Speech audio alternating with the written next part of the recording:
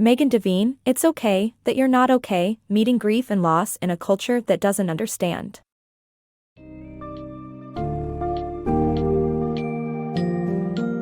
In the book, It's Okay That You're Not Okay, Megan Devine delves into the complex emotions experienced during the grieving process. The summary sheds light on the cultural and medical misunderstandings of grief and how it impacts individuals both mentally and physically. It also emphasizes the importance of respecting the uniqueness of each person's healing journey, while acknowledging the aspects of grief that can cause unnecessary suffering.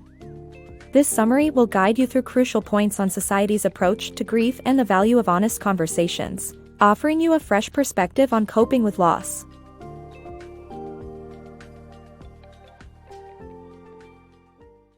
Rethinking grief support. Society's misconceptions about grief can often do more harm than good. Platitudes and advice offered in the aftermath of a loss can come across as dismissive and impersonal. This summary highlights 3 common beliefs that hinder grief support. Firstly, the idea that everything happens for a reason is not always true. Death can happen unexpectedly, and it is not necessarily a lesson for personal or spiritual growth. Secondly, people tend to compare different losses, but grief is not a competition, and all forms of loss are valid. Lastly, the 5-stage grief model outlined by experts Elizabeth Kubler-Ross and David Kessler is not a one-size-fits-all approach. True support for grievers begins when we can call grief what it is, an experience to integrate and carry together. Navigating grief, finding your own way. Grief is a deeply personal experience that deserves recognition and respect. There is no right way to grieve, and it's essential to acknowledge pain and differentiate it from unnecessary suffering. Dealing with death is challenging, especially with social pressure and expectations weighing you down. However, it's essential to take care of yourself and manage the physical and mental stress that comes with grief. Grief is a challenging and transformative experience that changes everything, including you. It's crucial to acknowledge the pain without any attempts to solve it, especially in the early phase. If left unaddressed, grief can manifest in destructive ways. It's entirely valid to grieve in your unique way and delegate responsibilities to plan a funeral or decline invitations if you're not ready.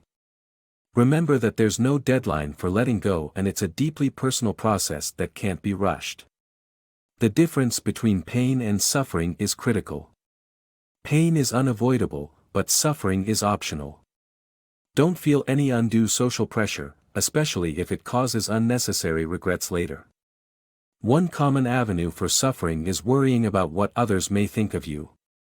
Death tends to bring out the worst in people, and everyone copes differently.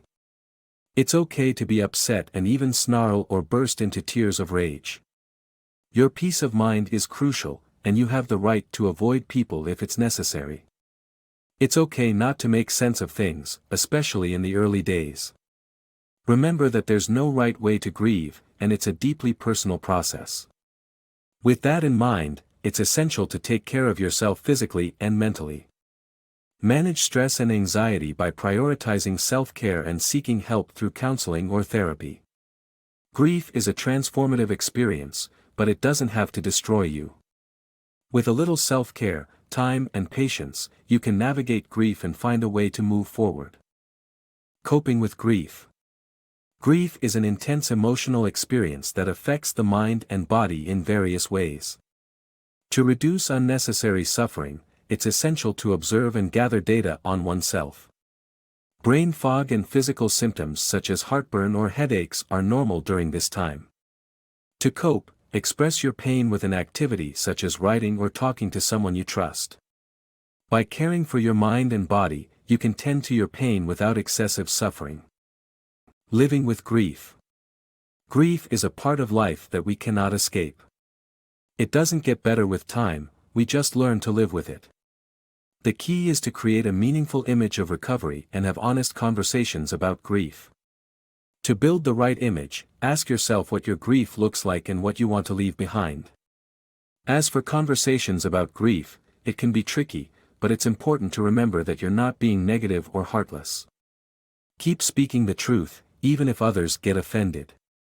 Ultimately, with a supportive network, you can carry grief together and honor the love that caused it.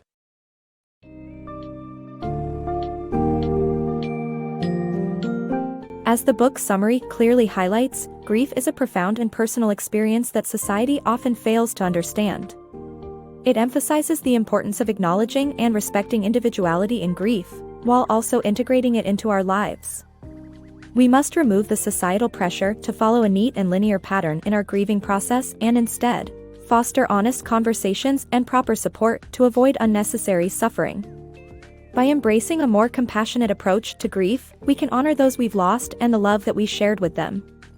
Remember, it's okay that you're not okay, as you navigate through the complex world of grieving and healing.